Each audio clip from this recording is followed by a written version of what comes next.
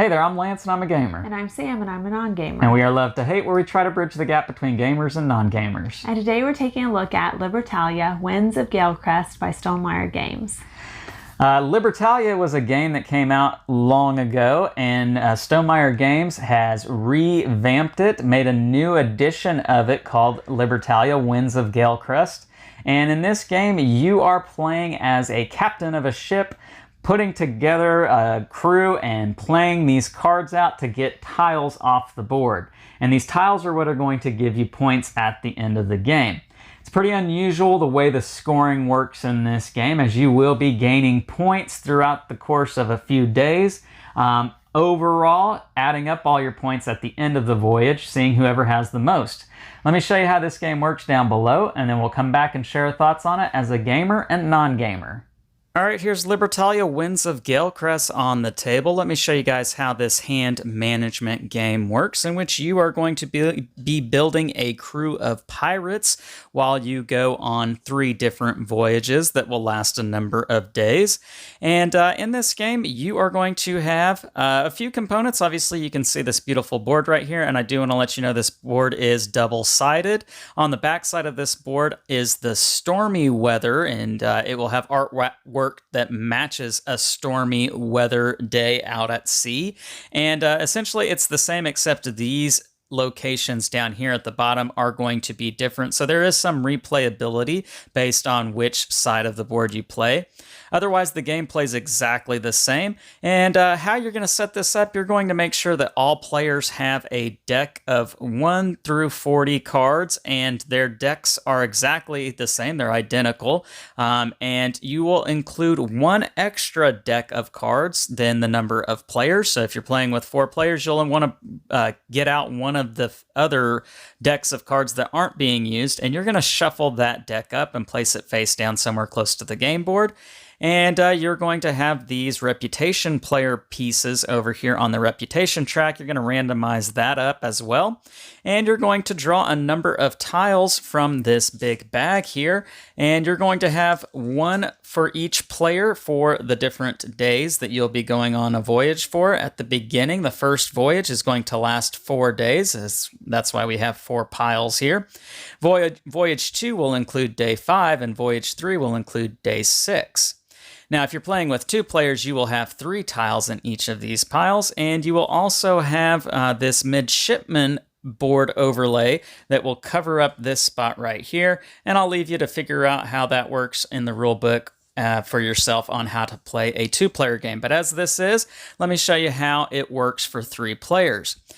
Now, at the beginning of a round, the deck of cards, the 1 through 40 cards that were shuffled up and randomized, put face down next to the board, you're going to draw 6 cards off the top of that deck, and then all players will draw the same exact 6 cards from their deck. So you'll shuffle the deck up, and maybe you get 17, 24, 30, so on and so forth. You get the idea. And then players would draw those exact cards from their deck so that all players have the same cards. Now, using those cards one at a time, players will place 1 card face down in front of them, and when all players have a card in front of them, they will reveal what those cards are. And based off of the number in the top left, you will order them from lowest to highest. Now, what are on these cards is extremely important. As I already mentioned, this number right here is going to determine the order that they're placed out here on top of the board. And if there is ever a tie based off this number, so say another player plays a 3 the same time I play a 3, you're going to go off the reputation track to break that tie. The text on the card is extremely important, as well as this symbol down here. Now, if it's a sun, that's important because sun abilities are going to activate off of lowest card to highest card. That's why the arrow up here is pointing from left to right. So, for instance, the beggar's ability down here is probably going to activate as a 3 before most of the any other cards out here, because 3 is one of the lowest cards in the game. And it says the owner of the rightmost character on the island gives you 2 coins and 1 reputation. The rightmost character would be whoever has their card furthest to the right, and that player would have to give you 2 coins. you do start the game with a number of coins equal to where you're at on the reputation track, and that's how many coins you're going to gain on Voyages 2 and 3 when we come to those parts in the game. Coins is extremely important because whoever has the most coins is going to win the game, and anytime you gain reputation, you would just leapfrog the player in front of you, moving your token up as so. So that's what the beggar does. Let me give you another example. Here's the cabin boy, and he has 2 abilities.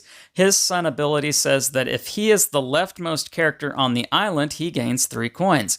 Leftmost being the one who has to be in this first slot here. Now, you can see here we have a different icon, and this is the sun setting icon. And if you'll look right here on this part of the board here, you see that same icon, and the arrow is pointing from right to left. After you do all of the sun icons going from left to right, you will then do the sun setting icons going from right to left. And so in this case, the cabin boy says that he does not gain any loot tokens because you also gain a loot token from the current day. This would be day 1 if it's the first card we're playing. And so you would carry out this action and draw a token from the loot pile for that day at the same time. However, the cabin boy says not to do so. Even if you don't have a sun setting icon, you would still gain a tile from this part of the board. Now, this is the biggest part of the game as it pertains to all of these icons down here. So let's cover those real quick. The chest tokens here, the yellow ones, they're going to allow you to gain 5 points at the end of a voyage. That's what the anchor means, so long as you still have this at the end of the voyage. The barrel tiles, they are immediately going to let you gain 1 reputation, again, bumping yourself up on this track whenever you take this tile. But then at the end of a voyage, it will also give you 1 coin. The relics are bad. You do not want relics. If you draw a relic, you lose 3 coins. So you might be asking, well, why would I ever draw a relic? Well, if you are the last player to draw for that day, you have to take the relic. You always have to take a tile if you're able to do so. The hook is a pretty good one because the hook allows you to keep a character in your ship for the next voyage or gain 2 coins. So at the end of a voyage, once all of these piles are taken, that's going to end the voyage, and any cards that you might have played for that round are going to go into your graveyard, which is this tile right here. And you will not get to play those cards later on in the game unless you have some ability that lets you get cards out of your graveyard. The cards you play for that particular voyage, they go face up in front of you, and that is your ship. Those are your crewmates that are on your ship. So anytime it refers to your ship, that's what it's talking about. But again, at the end of a voyage, once all these are gone, anything in your ship goes to your graveyard. Anything that's still in your hand, you get to keep, and you could play the next day. So even though all players have the same exact cards, the way you play the cards is going to be different from player to player because maybe the first player plays their barkeep and the next player plays their governor, who is the biggest card, number 40 here. Discard all characters from your ship, gain 1 reputation for each character discarded in this way. And then that player would not have number 40, the governor, for the rest of the game, whereas I would if I did not play him. So you can see how that works out there. Back to our tiles here, the saber is going to allow you to discard another player's character from the island. This is the island up here. So if you take this, you could discard somebody else's character who has not been able to take a tile yet, and they won't get to take a tile because you do have to have a character up here in order to be able to take one of these tiles. The amulet is the orange tile, and it's just going to simply give you 3 coins.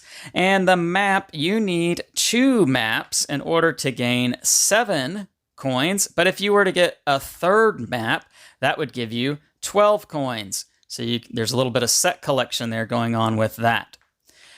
And that's pretty much the gist of how a voyage works. After all of these have been collected, again, you'll discard any cards that you have played for that particular round into your graveyard.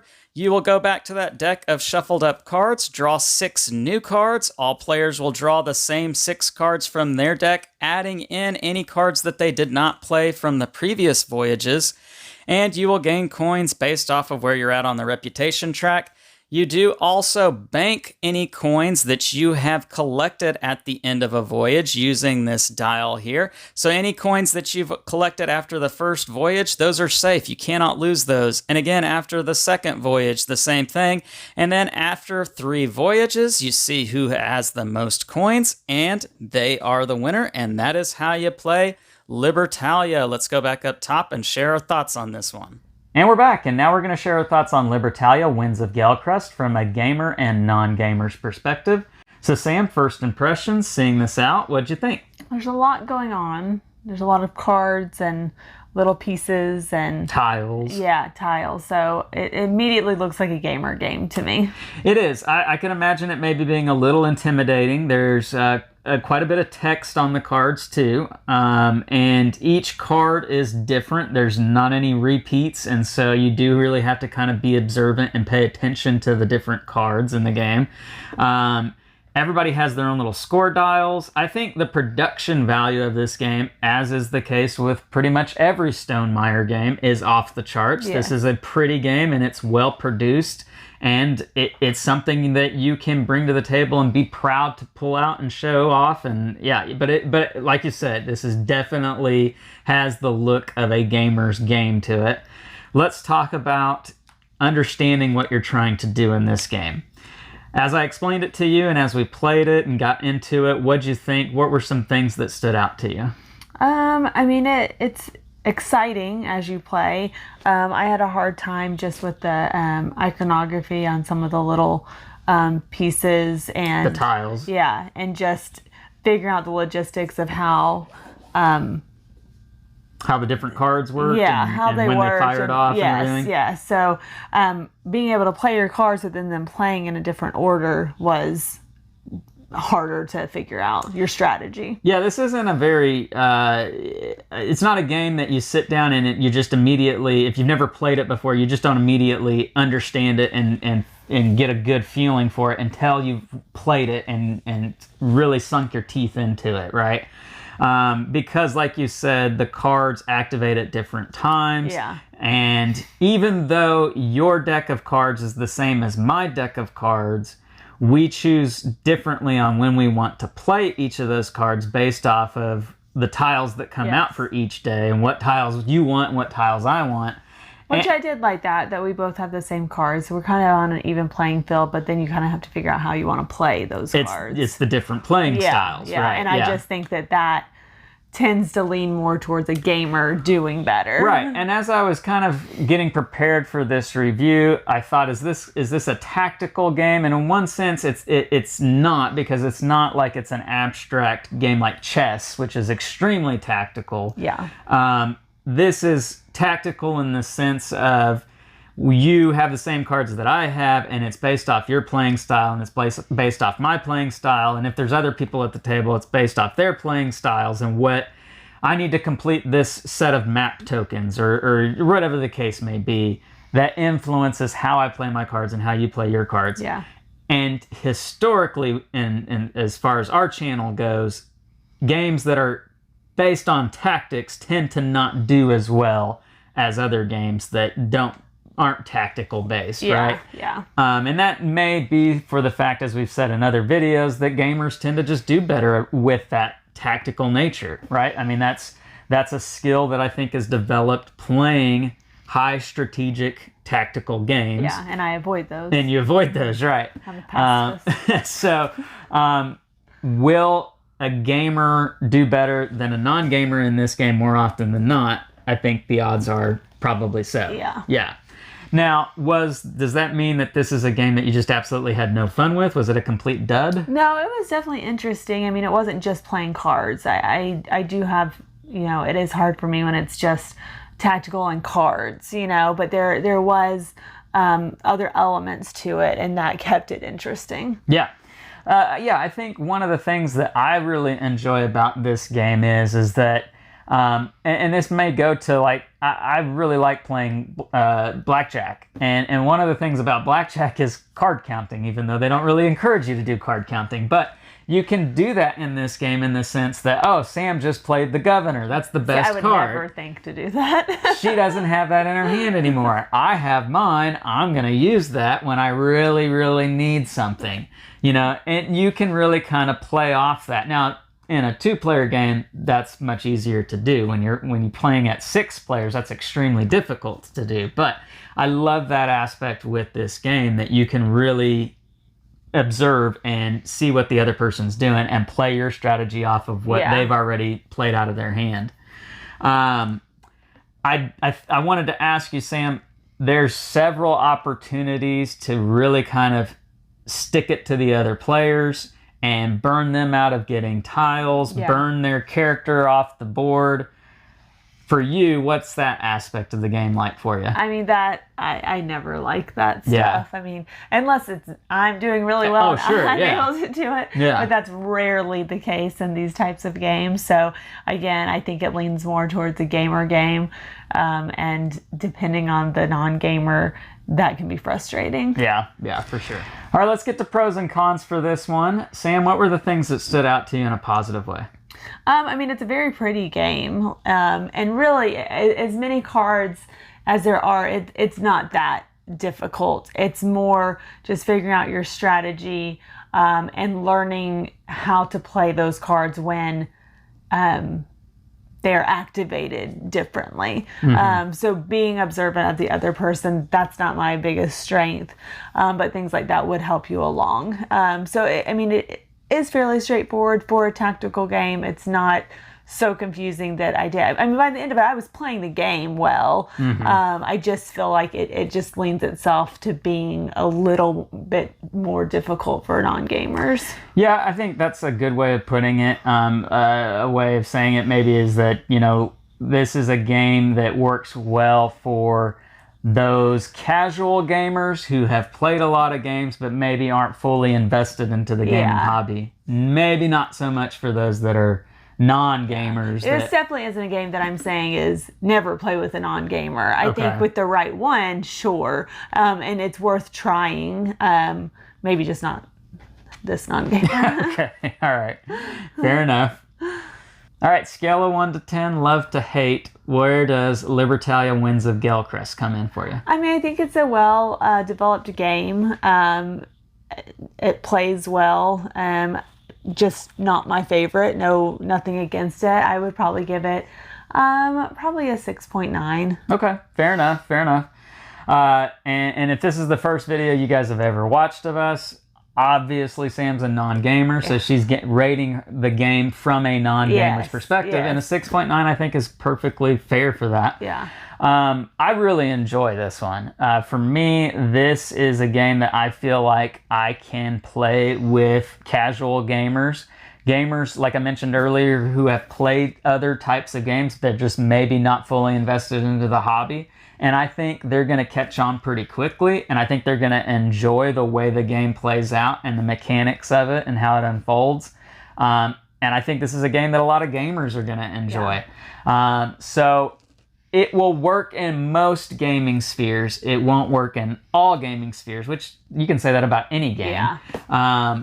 But when it does work, I think it works really good. So I'm going to give this game a 7.6. This is a game that I feel really works well when it works, and it's one that I really enjoy. So that's my thoughts and Sam's thoughts on Libertalia Winds of Galecrest. It's from Stonemaier Games. Leave us some comments down below. Let us know what you think of it. Make sure to like and subscribe and push that bell button so you get notifications of all our new content. I'm Lance. I'm Sam. And we are Love to Hate, where we try to bridge the gap between gamers and non-gamers. We'll catch you next time.